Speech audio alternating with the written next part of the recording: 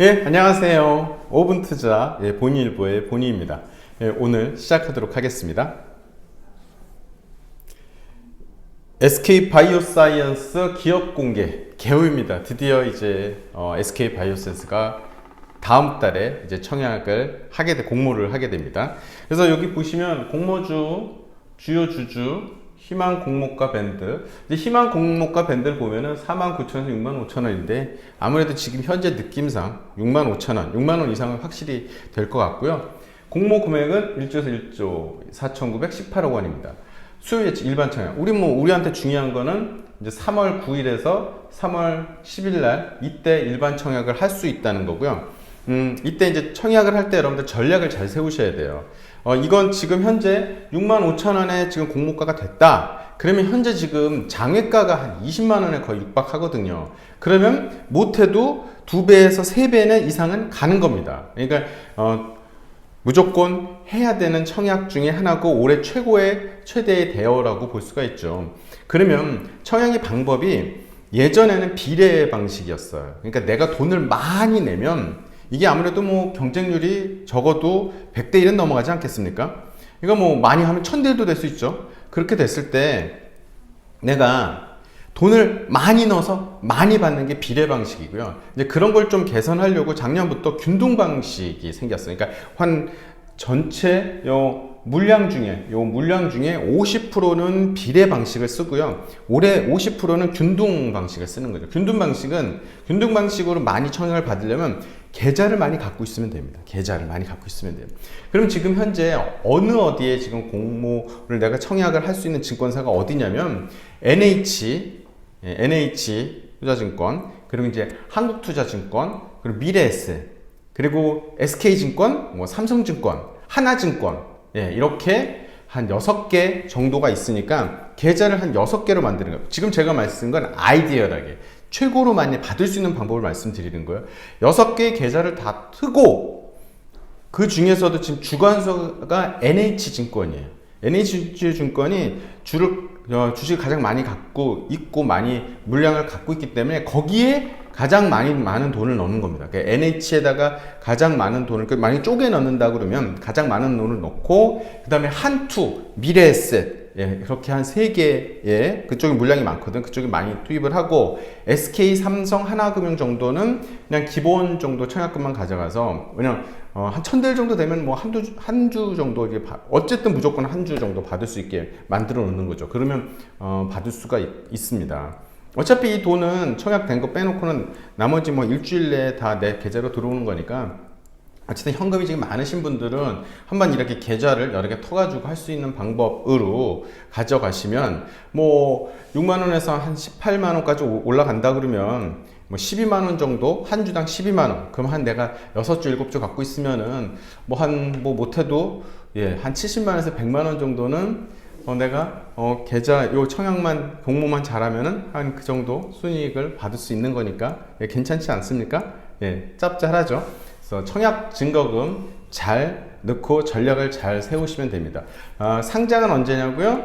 3월 18일. 다음은 원자재 값이 지금 무차별 랠리, 석유부터 옥수수까지 다 오른다. 제가 이제 어제도 지난번에도 그런 얘기를 했어요. 제가 갖고 있는 계좌를 열어보니까 구리 선물이 한 14, 15% 정도, 그리고 금속 선물이 또, 그 이틀 전까지만 해도 한 40%까지 올랐다가 뭐 한 15% 이렇게 떨어졌는데, 제가 이제 왜 갑자기 하루에 뭐 20%가 왔다 갔다 해서 놀래가지고 잘 찾아보니까 텍사스가 이번에 굉장히 큰 그 난리를 겪었잖아요. 뭐 정전 사태가 너무 추워서. 그래서 그런 텍사스발로 인해 가지고 갑자기 그 금속 선물 가격이 확 뛰었다가 하루 만에 다시 내려간다는 그런 이야기로 그런 이유가 이었다고 하더라고요. 원자재가 이제 철이나 이런 그 금속 종류도 있지만 그 외에도 지금 이제 옥수수 곡물 가격도 지금 다 오르고 있어요. 근데 이걸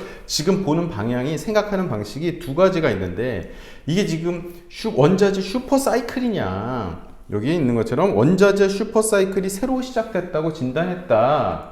그래서 100년간 4차례가 있는데 이번이 5번째다. 한 번 시작하면은 어쨌든 5년, 10년 동안 슈퍼사이클이 시작되는 겁니다. 이런 의견이 있고요. 또 하나 의견이 아니다. 이건 그냥 너무 코로나 때문에 없었던 것이 그냥 잠시 반등한 것이다. 그리고 지난해 공급과 수요 밸런스를 보면 공급이 넘치기 때문에 약간 오른 것이다. 뭐 그런 정도로 반등으로 보고 있죠. 이게 굉장히 큰 차이점이 있는 거예요. 만약에 전체 슈퍼사이클이라고 보면 원자재 가격이 계속 급등할 것이고 계속 오르다 보면은 인플레이션이 될 것이고, 인플레이션이 되면 어떻게 했습니까? 인플레이션을 낮추기 위해서 어떻게 해야 되냐면 금리를 올리든지 아니면 재정 긴축 정책을 보이고, 미국 같은 경우는 테이퍼링, 재정 축소 정책을 가져가야겠죠. 그런 정책이 일어난다 그러면 어떻게 할까요? 지금 빚 대출 많이 있는 사람한테는 금리 올라가면 부담이 될 것이고, 그와 관련해 가지고 많은 뭐 주식이라든지 부동산이라든지 그런 쪽에 있는 것들의 거품이 꺼질 것으로 예상되는데, 저는 이런 시점을 내년 정도로 봤는데 지금 신문에 나오는 얘기들이 심상치가 않습니다. 그래서 지금 저 같은 경우는 뭐 단기 반등 정도로 예상을 하는 것도 있고, 만약에 내가 원자재에다 투자를 한다면 슈퍼사이클 호황기로 해서 투자한다 그러면 슈퍼사이클이 더 좋을 거고,